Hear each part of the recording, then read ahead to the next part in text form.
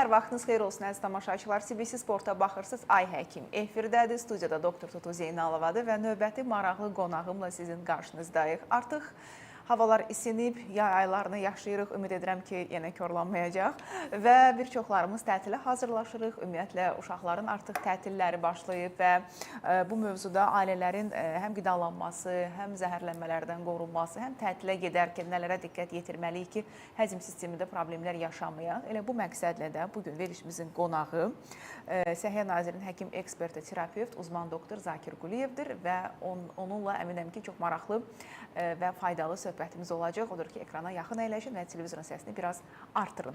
Xoş gəlmişsiniz. Şadam yenidən sizi görməyimə və dediyim kimi əminəm ki, bugün həm mənə, həm tamaşaçılara maraqlı məlumatlar verəcəksiniz. Ümumiyyətlə, yayda, havalar isinəndən sonra daha çox müraciətlər nə ilə bağlıdır? Bildiyiniz kimi artıq sizin də vurguladığınız kimi havalar dəyişməz, amma artıq yay aylarını hiss etməyə və yaşamağa başlamışıq. Və bu istilərin artması nəticəsində də əlbəttə ki, bəzi xəstəlik qrupları var ki, bunların kəskinləşməsini tez-tez müşahidə edirik və bəzi xəstəliklər də artıq özünü sanki yay üçün gözləyirmiş kimi bir ab-hava yaradılır. Bunlardan nədir? Misal üçün, gün vurma zaten bəli olduğu üçün yay aylarında daha çox müşahidə olunur ki, xüsusən dəniz çimərlik sezonları da açıldığına görə gün vurma hallarını biz həddindən artıq çox müşahidə edirik. Və gün vurma halı elə bir vəziyyətdir ki, bəzən vətəndaşlarımız bunu çox sıradan bir vəziyyət kimi qəbul etdikləri də gün vurma ən bəsit bir simptomla başlayıb, hətta ölümə qədər apara biləcək ağır bir xəstəlikdir. Bundan başqa, son vaxtlarda müraciət edən xəstələrdə günəş yanıqlarına, dediyimiz kimi, bu dönəmlərdə artan xəstəliklərdən biridir. Bundan başqa, xəstələrin yüksək təzyiqli olan xəstələrin yüksək temperaturun təsirindən, havanın temperaturun artması təsirindən təzyiqlərinin yüksəlməsi, düşməsi, dalğalar getməsini tez-tez müşahidə edirik biz.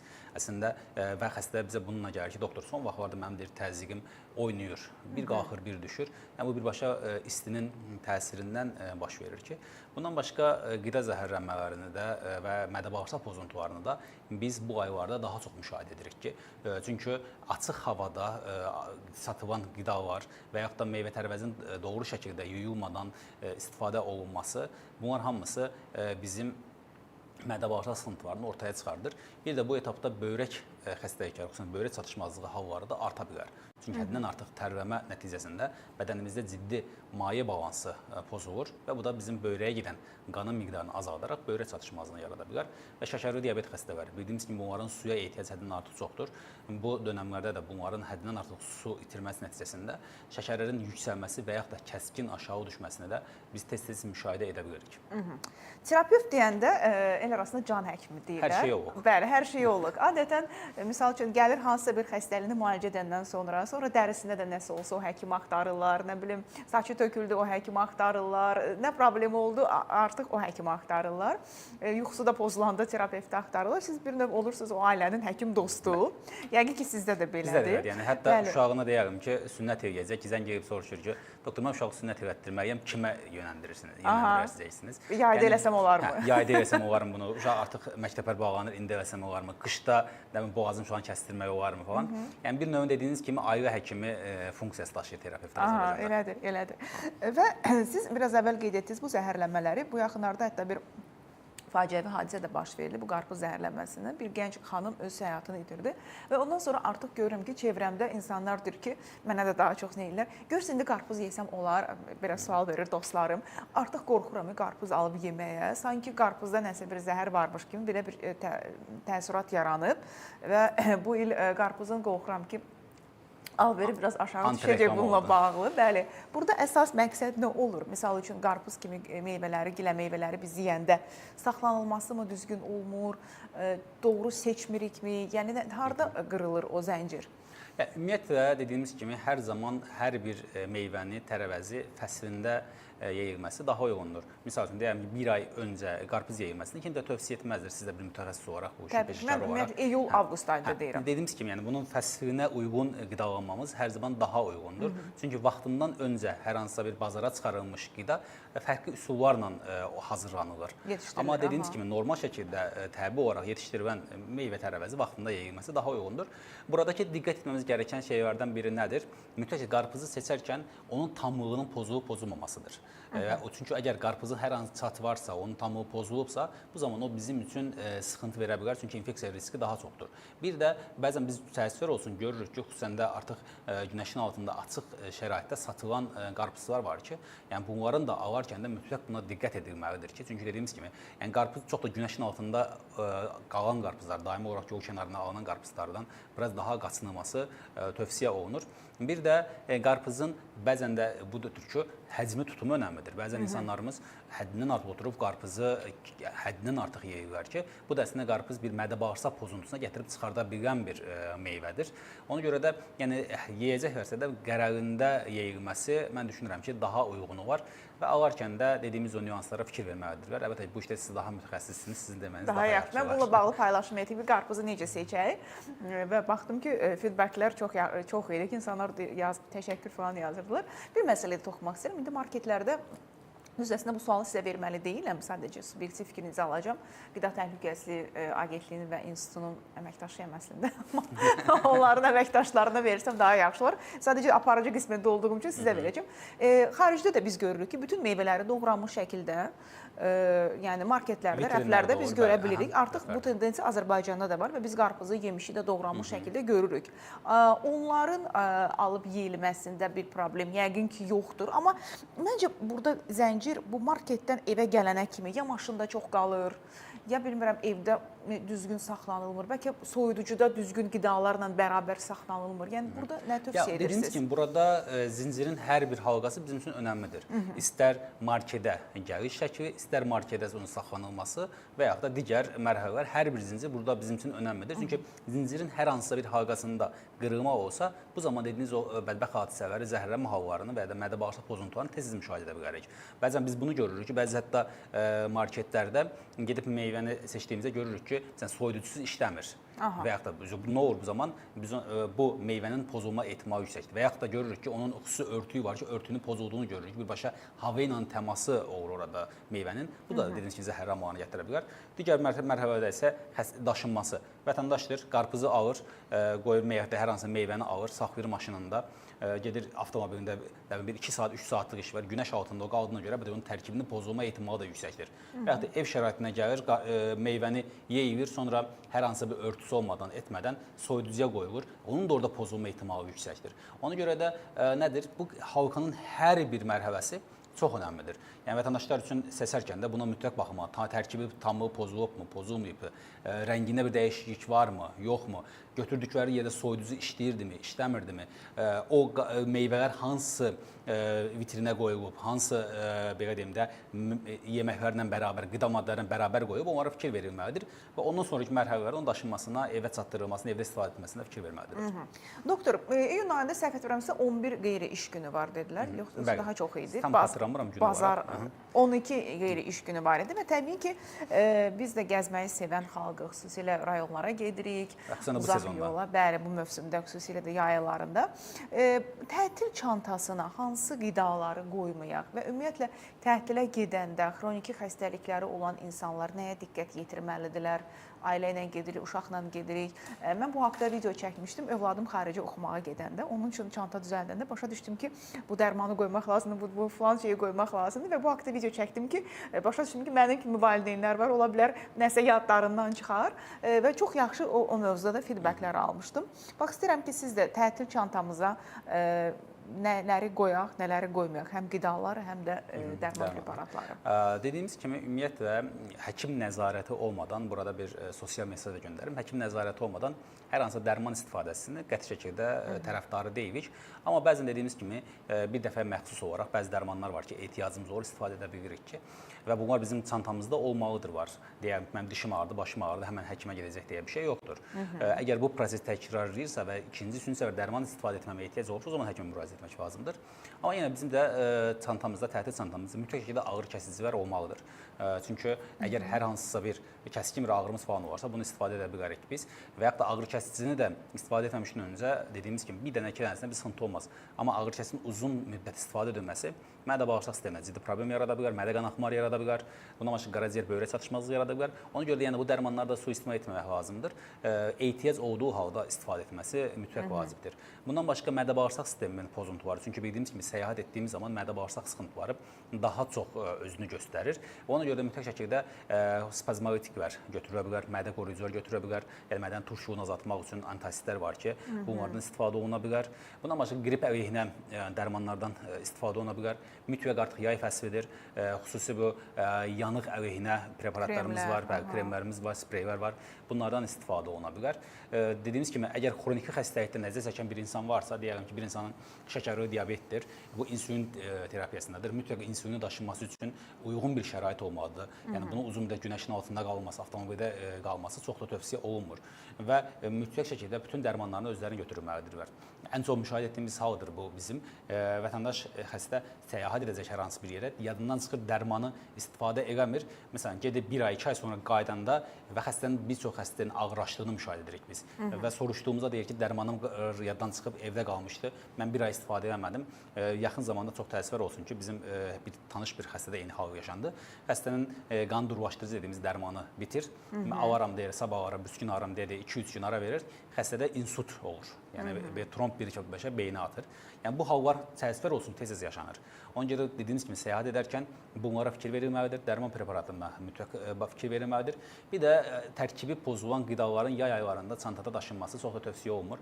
Xüsusən də deyirəm ki, mayonez qidalar var ki, yəni bunların çantada daşınması çox da tövsiyə olunmur və yaxud da dediyimiz kimi bişmiş qidaların hər hansı çantada vətəndaş tərəfindən daşınması tövsiyə olunmur. Daha çox belə deyim də, meyvələrin daha yaxşı olar ki, meyvələr o da uzun müddət saxlanılmadan çantada daşınması və yaxud da tərkibi pozulmayacaq qidaların çantada daşınması daha uyğundur. Biz uşaq olanda dənizə gedəndə misal üçün pomidor, pendir, soyutma kartof, çox da ləzzətlə hamı yerdi, doyurdu. Burada bir şey var ki, onların da dediyimiz kimi, yəni daşınma məsələsi var. Əgər o zaman bizim vaxtımızda bu qədər şeydə probka vardı, tıxaclar da olmurdu.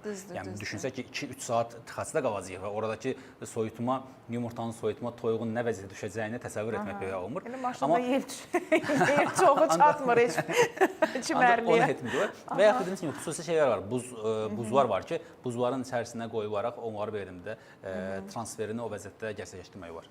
Amma dediyimiz kimi, bizim dönəmdən, o dönəmdən, indiki dönəm arasında kəskin fərqlər olduğuna görə o dönəm, bu dönəmdən. Əslində, bəli, nümunə o dərman preparatları mövzusunda da xroniki xəstəlikləri olanlar çox diqqətli olmalıdır. Mən, məsəl üçün, öz valideynlərim bu mövzuda çox diqqətlidir. Hətta təzyiq ölçən aparatı da aparacaqlar özləri ilə, orada da savaba batırlar getdikləri yerdə. Termometr olmalıdır. Dediyimiz kimi, təzyiq ölçən aparatları, manometrə mütləq olmalıdır bunların. Və bunlar, dediyimiz kimi, bayaq da vurğulamadıq. Məsələn, yara şeylər, bantlar var ki, bunlar da mütləq olmalıdır. Spirt falan da. Bir də coğrafiya dəyişəndə bir çox insanlarda həzm sistemi problemləri yaşayırlar. Misal üçün, elə insan var ki, harasa gedəndə deyir ki, mən hər şey yeyə bilmirəm, birdən nəsə yeyərəm, mədə-bağırsağım pozulur, ishal oluram. İkinci qrup insan da gedir, bir həftə gəzir, deyir, mən evdən kənarda tualetə gedə bilmirəm. Baxın, gəlin istəyirəm bu məsələni açıqlayaq ki, bunun səbəbi nədir? Çox aktual və məncə bir çox izləyicimizi də maraqlandıracaq sualdır. Ümumiyyətlə, bəli, bu məsələ doğru bir məsələdir. Coğrafiya dəyişikliyində həzm sistemi və problemlərin ortaya çıxması bu bir çox faktorla əlaqəlidir. Birinci faktor suyun tərkibi. Yəni, suyun tərkibi hər ölkədən ölkəyə dəyişir. Deyərəm ki, hətta şəhərdən şəhərə belə dəyişir, nəinki ölkədən ölkəyə. Onun tərkibindəki mineralların miqdarı, suyun tərkibindəki mikroorqanizmaların miqdarı bu birbaşa buna səbəb ola bilər. Yəni, dediyim kimi, bəzi sulərdə hansı mikroelement çox olur, bəzilərində daha az olur, bəzilərində hansı mikroorqanizma daha çox olur. Eyni zamanda qida üçün xarakterlikdir. Yəni, qida tərkibindəki ədviyyatların olması, misal bizim ölkə üçün ədviyyatlar var ki, xüsusi ədviyyatlar var, başqa ölkədə başqa ədviyyatlar var. Ona görə tərkibindəki inqrediyentlərin də fərqli olması bu da mədə-bağırsaq sıxıntılarına gətirib çıxarda bilər. Bir də mən genetik kodlama deyə bir şey var ki, mən düşünürəm ki, hər bir insanın genetik kodu bağırsaqlarına da bu kodlarımız var və bizim qidalarımıza qarşı bəzi artıq bədənimizin öyrəşmə tempi var. Yaşadığımız coğrafiya uyğun. O uyğun olaraq bizim mədə-bağırsaq hüceyrələrimiz tam onu adaptasiya edibdir. Deyərəm ki, mənim üçün bozbaş yeyirəmsə, məndə bir sıxıntı yaratmırsa, hansısa bir İngilis gəlib Azərbaycanda bozbaş yeysə, mütləq onun mədə-bağırsağında sıxıntı yaranacaq. Və yaxud da biz gedib İngilislərin hər hansısa bir xarakter yeməyini yesək, bizim problem yaranacaq. Çünki bağırsaq, mədə-bağırsaq sistemimizin hüceyrələrinin öyrəşmə bir, belə deyim də, vərdiş halı var. Mikrobiotamız Bəli, hamı fərqlidir yaşadığımız bunlar. coğrafiya Bəli. uyğundur. İşte bunlar hamısı ola biləcək bir şeylərdir. Bəzən də dediyimiz kimi uzun yol getdiyimizdə, uzun müddət bəzən səyahət etdiyimizdə su ehtiyacımızı da çox istifadə etmirik ki, su istifadə etmirik ki, bu da bizim su istəyimizi belə deyim, olmadığına görə mədə-bağırsaq sistemimizin pozulmasını gətirib çıxardır. Bəzən insanlar da dediyiniz kimi gedir 3-4 gün və bir həftə qəbizlik olur ki, yəni bunun da bir psixoloji təsiri var. Çünki psixoloji olaraq bəzi insanlar evdən kənarda tualetə gedə bilmirlər ki, bu da verə bilər. Amma bunun daha çox dediyimiz kimi qidalanma tərzinin dəyişməsi birbaşa bununla əlaqəlidir. Bunun üçün dediyimiz ki, nə etmək lazımdır? Bol-bol hərəkət edilməlidir. Qidalanmaya maksimum dərəcədə qida, yemək yeyəcəklərsə də öz genetikalarına uyğun qidalara üstünlük verilməlidir. Deyirəm ki, mən gedib Çində qurbağa ət yesəm, mənim də əmin olun ki, şikayətlər məndə də baş verəcək. Amma dediyimiz kimi gedib çünki qurbağanı sizin mikrobakteriyalarınız tanımır. Tanımır, bəli, yad cisim kimi görür onu. Amma dediyimiz kimi ona uyğun bir qida seçilməsi, kənara gedəndə də ona uyğun seçilməsi və bəzən də xüsusən də açıq büfə dediyimiz şeylərdə istirahət zonalarında, hər şey daxil olan istirahət zonalarında biz bunu daha çox müşahidə edirik. Yəni, hər şeydən yeyirik, ət də götürürük, balıq da götürürük, toyuq da götürürük, şirniyyət də götürürük, çevrət də qoyuruq, belə deyim də, nə varsa hər vitrində olandan biraz götürürük və bu da nə olur? Mədə-bağırsaq sistemi əlbəttə ki, yüklənməsini gətirib çıxardır. Və bunlara dediyimiz kimi biraz daha fikir verilməsi mütləq vacibdir. Təsadüf deyil ki, bu tətillərdən sonra insanların həddindən çəki almasını da biz müşahidə edirik.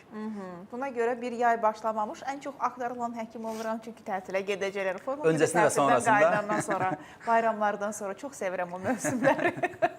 Doktor, bir də elə çəki məsələsinə toxunduq. Burada çəkinin alınmasının səbəblərindən biri də maye istehlakının doğru seçilməməsidir ki, çünki xüsusilə də bu hər şey daxil otellərdə biz görürük ki, qazlı şirin içkilər, spirtli içkilər limitsiz olur bəzən, pivə çox istifadə edilir, xüsusilə də yay aylarında və bu da nəticədə onların geri dönüşdə artıq çəkisinə səbəb olur.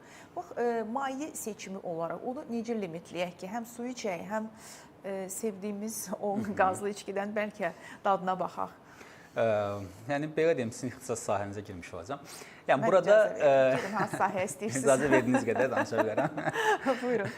Ümumiyyətlə, dediyimiz kimi, su bizim üçün dəyişməz bir belə deyim, mayemizdir. Yəni, bəzi insanlar təsəvvür edir, maye dediyində bunu enerji içkilərini, alkoqol içkiləri və yaxud da digər sərinləşdirici içkilər qəbul edir. Su bizim üçün həyatdır. Yəni, suyu mütləq şəkildə bizim istifadə etməyimiz gün ərzində hər hansı əks göstəriş yoxsa 2 litr yarım su istifadə etməyimiz bizim üçün tövsiyə olunur. Amma digər içkilərdən də bir gün bir vətəndaş gəldi, dedim onu içmə, bunu içmə, bunu içmə, onu yeməyəcəksən, bunu yeməyəcəksən. Niday doktor dedi, mən dedim ölüm də deyil. Yəni, sən məni xəstəliyi tezə öldürdün ki. Yəni, insanlarda birbaşa sərhəd qoymaq da doğru bir şey deyil. Amma dediyimiz kimi, deyəm, hər hansı bir pivə içəcək kimi, onu belə deyim də, bir bardaqdan çox içməməsi tövsiyə olunur. İçəcəksə onun geri qismini su ilə əvəz etməsi bizim üçün mütləq vacibdir. Miqdar önəmli. Miqdar önəmli yəni burada. Amma dediyim ki, suya daha çox üstünlük verilməlidir. Ona görə buradan da şeyin reklamı getməsin də, spirtli içkilərə və bədən üçün zərər verir. Bunlar maksimum dərəcədə bunlardan uzaq durulmalıdır, istifadə edilməməlidir. Və pivənin yanında o yediyimiz ləlləgülələr məncə daha da zərərlidir. Yəni daha çox kilo verir, amma daha bir şey çox var kalori. ki, o Azərbaycandadır yəni. Xaricdə elə bir şey yoxdur. Yəni onların belə deyim də ətrafında verilən şeylər bizdə də əsasən. Yəni bəzən gedirsiniz hər hansı bir kafedə oturur, dostlarla oturursunuz. Yəni biri içəndir, biri içməyəndir. İçməyən ondan daha çox yeyir. Yəni ona görə də yəni bu məsəl Azərbaycanda süfrələri hər yerdə olduğu kimi o masalarda da özünü göstərir ki, Azərbaycan biz nə qədər süfrəmizə dəyər veririk, nə qədər yeməyi, içməyi, hətta içməyi biraz da arxa atıram mən. Biz daha çox yeməyi xoşlayırıq. Çünki sevgimizi başqa cür göstərə bilmirik, ancaq yeməklə. Demək ki, o zaman burada bizim psixoloqlara bəli, ehtiyacımız var. Bəli. Və reklamlara ayrılmadan öncə deyim ki, bir bakal pivə, 3 dilim çörəkdir əziz tamaşaçılar. Bu da sizin üçün bir məlumat olsun. Miqdar önəmlidir. Bugünkü verilişimizin mesajı bu olsun. Biz reklamlara baxmalıyıq. Reklamlara keçmədən öncə verilişimizin baş sponsoru Ştada şirkətinə təşəkkürümü bildirim. Xroniki prostatit və istilik ifrazı pozğunluqları 40 yaşdan sonra kişilərdə tez-tez rast gəlinən problemdir. Vitapros preparatı prostat vəzinə məqsədyönlü təsir göstərən bir preparatdır. O iltihabı azaldır, qan dövranı yaxşılaşdırır və xəstəliyin simptomlarını aradan qaldırır. Vitaprostun müntəzəm qəbulu prostatın fəaliyyətini bərpa etməyə və həyat keyfiyyətini yaxşılaşdırmağa kömək edir. İstifadə etmədən öncə mütləq həkiminizlə məsləhətləşin. Təşəkkür edirik baş sponsorumuz Ştada şirkətinə. Reklamlara baxaq, sonra söhbətimiz davam edəcək.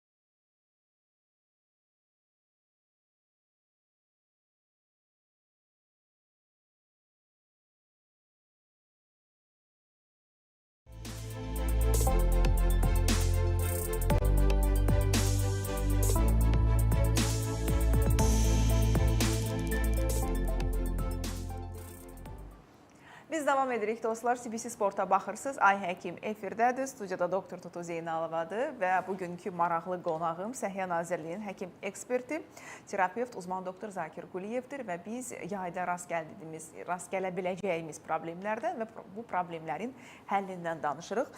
Zakir doktor, Covid qayıdıb, yoxsa nə məsələdir? Hamının qızdırması var, hamı xəstələnir və səsi batır. Mənim bir neçə əslində televiziyada bunu vurğulamışdım ki, Covid vaxtıda. Yəni, koronavirus dediyimiz virus insanoğlunu yaşadığı müddətcə var olacaq. Necə ki, var idi, yenə də bundan sonra etapda da indi də var. Yəni, pandemiyadan öncə də var idi koronavirus.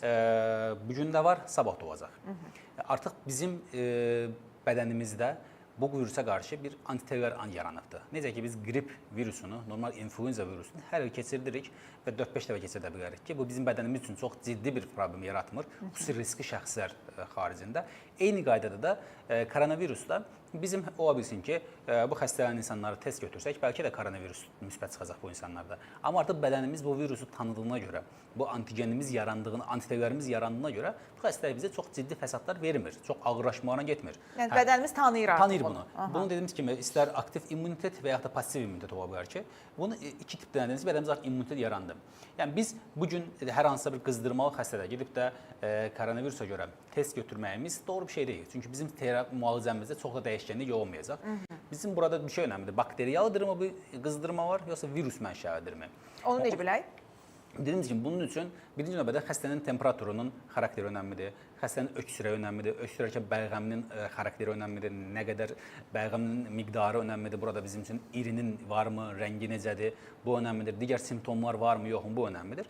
Əgər qızdırmalar bir şeydə davam edirsə, dirənçli bir qızdırma varsa, bu zaman heç olmayan analizlərin götürülməsi, qan analizlərin götürülməsi, həkim tərəfindən müayinə edildikdən sonra analizlərin götürülməsi mütləq vacibdir ki, bakteriyaldırmı, virusdur, bunu bir təyin etmək üçün. Və çox təəssüflər olsun ki, bəzən biz bunu müşahidə edirik ki, vətəndaşlar deyir ki, mən qrip oldum, məndə hər hansı qızdırma oldu, virus oldu, mən gec sağalıram, bir həftə 10 gün çəkir mənim xəstəliyim. Və biz anamnez topladığımızda biz bunu müşahidə edirik ki, vətəndaş xəstəliyin ilk günlərində artıq başlayır antibiotik terapiyasına, öz-özünə antibiotik tərinləməyə və antibiotik terapiyası bildiyimiz kimi antibiotiklər bakteriyaları öldürən, bakteriyaların mübarizədə istifadə olunan dərmanlardır var. Bizim keçirdiyimiz bu qızdırmaların 90% səbəbi isə virus mənşəlidir. Yəni biz bu hər qızdırdığımızda antibiotik istifadə etdiyimizdə biz xəstəliyimizi nəinki sağaldırıq, əksinə onun sağalma periodunu daha da uzadırıq və xəstəlik daha da gec sağalır. Çünki immun sistemimizi zəiflədirik, biz ağırlaşır bu xəstələr.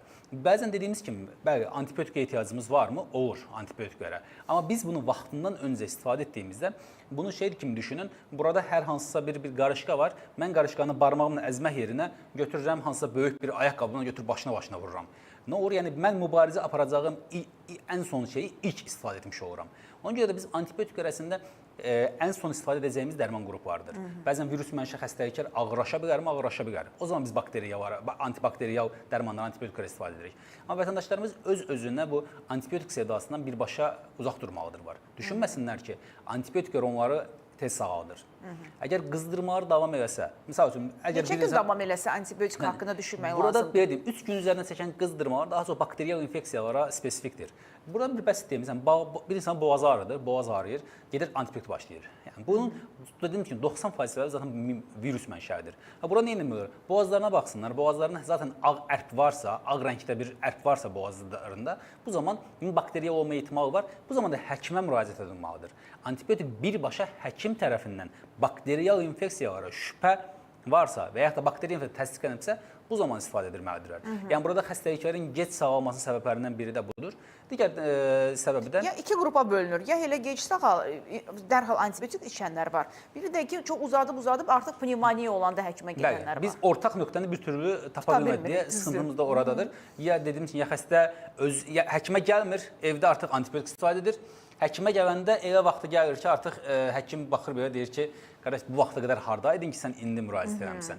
Yəni, dediyim kimi, o vətəndaşlar xəstəliyin gec sağalma səbəbləri biri budur ki, gərəksiz yerə dərman müalicə istifadə etməyimiz buna gətirib çıxardır. Digər məsələlərdən biri isə bu xəstəliklərin, virusların mutasiya uğramasıdır. Yəni, biz 4-5 il öncə danışdığımız qrip infeksiyaların bugün tam fərqli variantları var. bütün infeksiyalar, viruslar artıq mutasiyaya uğramış. Necə ki, telefonlar hər ildə hər il yenilənir. dəyişsə, bunlar da dəyişir var. Və bir də biz araşdırma aparsaq görərik ki, hal-hazırda təkrarlayan qrip xəstələrin çoxu oktyabr-noyabr aylarında qrip əleyhinə vaksin olmayan şəxslərdirlər. Yəni qrip əleyhinə vaksin ümumiyyətlə Ümumdünya Səhiyyə Təşkilatı tərəfindən şiddət və tövsiyə olunan, xüsusən risk qrupu olan şəxslərdə tövsiyə olunan bir vaksindir. Və uzun illərdir ki, hətta bu tibbdə istifadə olunur. Və bunun da dediyimiz ki, hər ildə bu qripin vaksinin tərkibi dəyişir. Ən axırıncı, deyərəm ki, 2024-cü ildə istehsal olunacaq vaksin 2023-cü ildəki qrip mutasiyalarına uyğun hazırlanır. Ən çox qrip mutasiyasına uyğun hazırlandığına görə bunun biraz daha effektiv olma ehtimalı var. Qoruyuculuğu nə qədərdir o vaksinlər? 90% üzərində qoruyuculuğu var. Və hətta qrip keçiriləcəksinizsə də onun çox yüngül fəzi keçirilir. Yəni inanın ki, biz baxsaq, uşaqlar var ki, valideyn deyir ki, mənim uşağım bağçaya gedir, bütün il boyu xəstələnir. Yəni bu uşağa qrip əleyhinə vaksin vurulsa, inanın ki, bunun xəstələnmə ehtimalını 70-80% azaltmış olarıq biz. Yəni bəzən anlayıram, başa düşürəm, valideynlər vaksinlərə qarşı bəzən önyargılı olurlar, vaksinlərə qarşı şübhə ilə yanaşırlar, qorxurlar. Amma qrip əleyhinə vaksindən qəti şəkildə qorxmasınlar. Yəni bunlar zaten Ümumdünya Səhiyyə Təşkilatı tərəfindən təsdiqlənmiş və istifadəsinə icazə verilmiş vaksinlər qrupudur. Ona görə də buradan dipnot oktyabr-noyabr aylarında mütləq şəkildə tək dozlu qrip əleyhinə vaksin olmanız tövsiyə olunur. İnşallah ki, oktyabr-noyabr ayında unutmayın, bir daha bu mövzunu gündəmə gətirərik. Elə peyvəndlərdən danışmışkən, vaksinlərdən danışmışkən, COVID vaxtı bir çoxlarımız vaksinləndik, bütün əhali. Və indi deməli, nə olsa, biri deyir, yaşdaşım gedib, birinin kognitiv funksiyaları pozulub, onun falan ürəyi xəstələndi, onun tromb oldu və hamı bunu gətirir, bir şəkildə gətirir, bağlayır vaksinə. Yox, nə oldusa peynətdən sonra oldu, mən belə deyildim. Demir, səhərə kimi Instagramda otururam, brain rotda beynim çürüyüb. Deyir ki, vaksinlər, indi sizin subyektiv həm də ki, təcrübənizə dayanaraq hər gün bu xəstələri görürsünüz və çox profilli xəstələr görürsünüz. Sizin fikriniz, yəni səmimiyyətinizə inanaraq, doğrudan da bu vaksinin günah payı varmı bu baş verən şikayətlərdə? Ümumiyyətlə, bildiyiniz kimi o dönəm elə bir dönəm idi ki, artıq sürətli şəkildə vaksinlərin istehsalı edilib, insanlara istifadə olması başlandı. Və o dönəmdə bəzi araşdırmalarda zaten belə deyim, bunun isbatlandığı və zərərsizliyi bir çox tərəfdən sübuta yetirildiyi görə insanlara vuruldu. Amma günümüzdə bunun bəzi autoimmün xəstəlikləri artırma ehtimalını göstərən araşdırmalar var. Amma bu tam sübuta yetirilmiş araşdırmalar deyil, hal-hazırda araşdırma mərhələsindədir. Amma dediyiniz, vurguladığınız kimi hər bir şeyi də bu vaksinin üzərinə atılması doğru bir şey deyil. Yəni bir insan dediyimiz kimi hər hansısa bir qarnı ağrıyır və yaxud da böyrəyi ağrıyır, hər hansısa bir xəstəlik var, mədə xərçəngi diaqnozu qoyulur. Həmən mən vaksin vurmuşdum bundandır. Yəni tamam da aparılmış elmi araşdırmalara bir baxsaq görərik ki, onkologiya diaqnozu qoyulmuş insanların çoxunda zaten vaksinə vurulmayıbdır. Yəni bəs bunlarda nə edir risk faktorumuz? Yəni dediyim kimi, bəzi məntiqi olanlar var ki, autoimmün xəstəliklərin artırma ehtimalı var, bu sual işarəsidir. Bu hələ də tibbdə tam öz əksini tapmayıbdır. Amma hər şeydə bunun üzərinə atmaq doğru bir şey deyil. Vaksin dönəmində bir dənə bizim qohum 80 yaşında, anası 80 yaşında, dedi mən nənəmə vaksin vurdurmayacağam. Dedi, niyə vurdurmayacaqsan? Dedi, bəs arvada çip tağacaq var. Yəni dedim, sənin 80 yaşındakı ananın çip taxmasının nə lazımdır? Əgər onu taxacaq varsa, zaten uşaqlara körpəlikdən vaksindir vurulur. Onlara taxı var. Və yaxud da dedim, sənin nəyiniz deyəcəklər ki, zaten telefon vasitəsindən hər şey izləmirlərmi? Hər şey zaten əllərində deyilmi? Niyə taxsınlar ki, sənə vaksin? Burada məqsəd nədir? Yəni bəzən dediyiniz kimi, bu dezinformasiyalar var ki, bunlar tibbdə əslində çox təəssüf oldu, çox müşahidə edirik biz. Adi biri çıxır, hər hansısa bir sosial şəbəkədə filan bitki sənin şəkərini sağaldacaq. Mən sənin təzyiq dərmanını unut. Bypass əməliyyatını, ürək əməliyyatını son. Yəni tamam da qardaş, bunu deyərkən bunun hansı, yəni bunu qulaq asan bir insan var ki, hər hansısa bir həqiqətən tibbi təsiri olmayan düşünür ki, o qədər əmin danışır ki, bəzən mən bilirəm təsirini şübhələn danışırken görəsən həqiqətən bu adam düz deyil. Başlayıb araşdırırsınız. Oradan görən həqiqətən artıq ürək əməliyyatına ehtiyac yoxdur, kardiocərrahlara ehtiyac yoxdur, bu ixtisas bağlansın, hansısa bir bitki ilə, hansısa bir nə bilim dərmanla bunu sağaldacaq. Yəni bu məlumatları verirkən bütün bunun məsuliyyətini daşımaq lazımdır. Çünki insanlar inanırlar. Biz keçən verilişdə dedim, bir gün bir xəstə koma ilə müraciət etdi bizə xəstəxanaya. Müraciət etdiyimizdə nədir, nə məsələdir? Dedi ki, bəs insulinlərini vurmamışam. Niyə vurmayıb? Yaxından soruşduğumuzda dedi, bəs bu sosial şəbəkədə baxdı, kaktus meyvəsi. Kaktus meyvəsi yesən insulin şəkərin tam normallaşacaq. Bu da oturub 2 kilo kaktus meyvəsi yeyib. Bu adam ağıraşdı. İndi burada cinayət, bax bu cinayətkar, bax cinayətdir bax bu.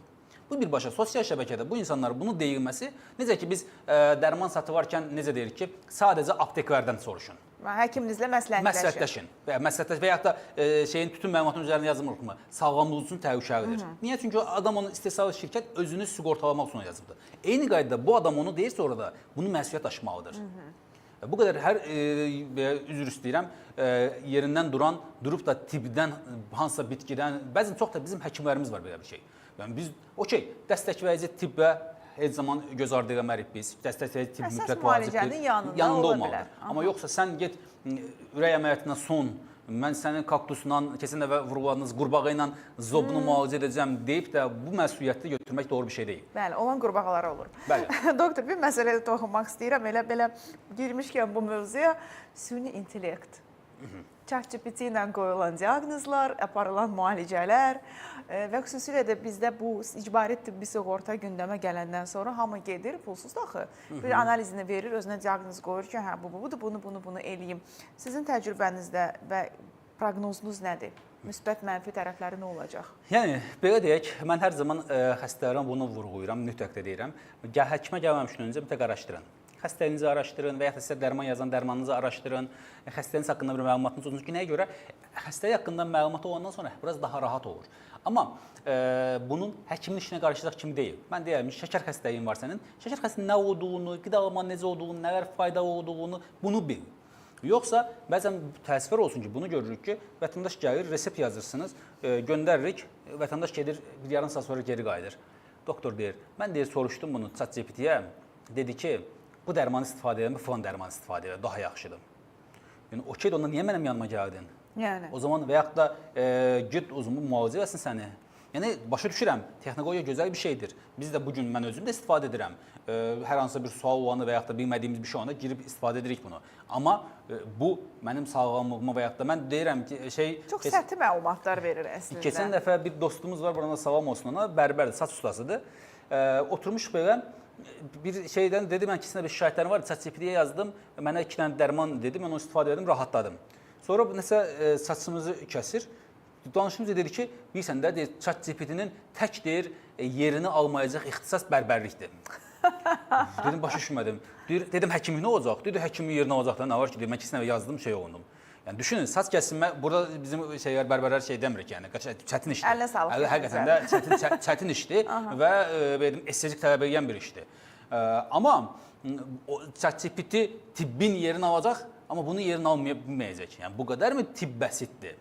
Bu qədər insan sağlamlığı bəsitdir? Yəni, ona görə də, bəli, doğru tərəflərini istifadə edə bilərikmi? İstifadə edə bilərik. Süni intellekt, yəni bu günümüzdə əslində inkar olunmayacaq bir şeydir. Gələcək üçün ola bilsin ki, tibbə bizə ciddi köməklər eləyəcəklər. Günümüzdə edirmi? Edir. Vaxt itkisini məncə azaldır, bəli. Ciddi şəkildə. Amma dediyimiz kimi, yəni burada birbaşa gedib də ChatGPT filan dərmanı dedi, bunu istifadə et demək doğru bir şey deyil. Ona görə mən buradan ChatGPT-ni qınayıram, xahiş edirəm. Şiddətlə qınayıram. Mənim başıma da gəlir. Ramazan ayında taksiyə minməli oldum. Sürücü mənə dedi ki, mən xanımım hamilədir, oruç tuta bilər. Dedim ki, valla filan səbəblərdən əsas maye. 3 saat izah edirəm də insanlıq naminə. Axırda da güya məni el arasında da praf çıxartmaq istəyir, səhv çıxartmaq istəyir. Axı ChatGPT deyir ki, olar. Dedim, qardaş, gedərsən, oruç tutsun, amma sana problem olanda doğuşda onun cavabını ChatGPT-dən istəyərsən, həkimlərdən istəmə. Yəni, ginekologu da indi bilmirəm də, müalicə həkimdir, yəni qadağan eləyib hansı səbəblərdən. Və bu qərara gəlib ki, ChatGPT deyirsə, deməli olar. Yəni, onu inkar etməyib, amma yenə də həkimlərə bu qədər də güvənməmək olmaz da. Çünki o çıxandan sanki həkimlərə qarşı siz heç nə bilməzsiniz, bir fikri yaranıb. Cərrah dostumuz bir status paylaşıb. Deyir ki, xəstəyə dedim ki, ayağını amputasiya eləməliyəm mən. Xəstə yaxın mənə dedi ki, doktorun sənədlərini verin, bir ChatGPT-yə yükləyək ki, ChatGPT nə deyir? Yəni, bu da olmasın. Yəni, bu qədər də yox. Güvənmədiyiniz həkimə getməyin. Yəni, bu qədər sadə. Yəni, həkimi ChatGPT-nin ayağına verməyin. Ay, sağ olun. Çox yaxşı vurğuladınız bunu. Mən bir də yayda pozulan yuxu rejiminə sözümü gətirmək istəyirəm, sonlandırmaq istəyirəm bugünkü çıxışınızı ki, yaydı, bağ havası, samavar çayı və s. qonaqlıqlar, sabah da iş yoxdur, bu yuxu rejimi də pozulur. Bax, bunu necə tənzimləyək və yaxud nə ilə nəticələnə bilər? Dün bu söhbətdən oğlum məktəbə tətildir. Allah bütün balalar sağlasın. Deyir, ata deyir, mən artıq gec yatacağam. Deyirəm, niyə? Mən deyir, axşam saat 1-ə 2-yə qədər otur televizor baxacağam, nə bilim, oyun oynayacağam. Deyirəm, niyə? Deyir, məktəb yoxdur. Yəni, sanki məktəb olmaması azadlıqdır, yəni istədiyi var yatıb dura bilər. Yəni, yayın da dediyimiz kimi, bəzən hətta xüsusən də evdar xanımlarda, uşağa məktəbə gedən xanımları biz bunu daha çox müşahidə edirik biz. Niyə? Səhər tezdən 8-də durmaq, 7-də durmaq yoxdur və gecə boyu telefonla və yaxud da hər hansısa bir podruqasıyla danışmaq olsun, televizor olsun, o olsun, seriallara təkrar baxırlar. Seriallara təkrar baxır, dediyimiz kimi. Bu da yuxu rejiminə ciddi mənfi təsir göstərir. Və biz də əslində hər zaman vurğuladığımız bir şey var. Xəstəliklərin açarı yuxusuzluqdur. Yuxusuzluq, yuxu rejimi yerində deyilsə, bir insan sağlam nə ruhu var, nə sağlam bədəni var. Ona görə yuxuya mütləq əməl olmalıdır. Bir də bir nüans var. Deyir ki, mən zaten 8-9 saat yatıram da. Yəni, amma anlamır var ki, yuxunun belə də melatoninin sintezləndiyi saatlar var. Yəni, melatonin nə vaxt sintezlənir? Gecə, tam qaranlıq olduğumuzda 2 saat, 2-də, 3-də dərin pik yuxuda və melatonin sintezi başlayır artmağa. Sən gecə saat 4-də yatıb, səhər saat 12-də oyanmağın, o demək sən keyfiyyətli yatmışsan. Zaten 4 ilə 8 arasında bir keyfiyyətli saat ola bilər, melatonin sintezinin olduğu dönəmlərdə. Amma 8-dən sonra zaten melatonin sintezi olmur. Və o da sənin yuxunun nə qədər keyfiyyətsiz olduğunu göstərir. Ona görə də yəni bizim vaxtında yuxu yatılmalıdır. Nə qədər tez yatsan, saat 11-12-də yatılıb, saat 8-də durulması. Çünki bədən üçün, beyin üçün o tam saat 2, gecə 2-si var ki, o yuxuda pik artıq melatonin sintezi olur. Bədən özünü yeniləyir. Yeniləyir, bəli. O şeydə yuxulu olmalıdır. Amma təəssüflər olsun ki, yay olduğuna görə artıq vətəndaşların uşaqlar məktəbə getmir, rahatdırlar. İşləyənlər üçün biraz daha şey olur, bu yay dönəmində tez yatırlar, yazıqlar.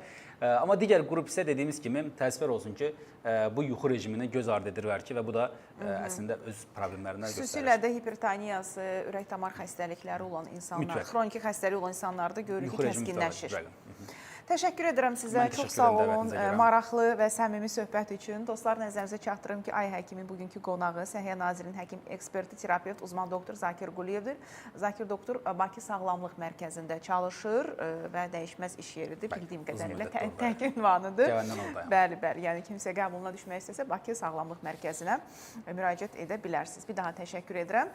Son təşəkkürüm verilişimizin baş sponsoru Ştada şirkətinədir. Ştada şirkəti Vitapros preparatını sizə təqdim edir. Prostat vəzinə məqsəd yönlü təsir göstərən bir preparatdır. O iltihabı azaldır, qan dövranı yaxşılaşdırır və xəstəliyin simptomlarını aradan qaldırır. Vitaprostun müntəzəm qəbulu prostatın fəaliyyətini bərpa etməyə və həyat keyfiyyətini yaxşılaşdırmağa kömək edir. İstifadə etmədən öncə həkiminizlə məsləhətləşin. Təşəkkür edirik Ştada şirkətinə. Sizə də təşəkkür edirik səbriniz və bizi izlədiyiniz üçün. Özünüzə yaxşı baxın, sağlamlığınızı sağlam ikən qoruyun.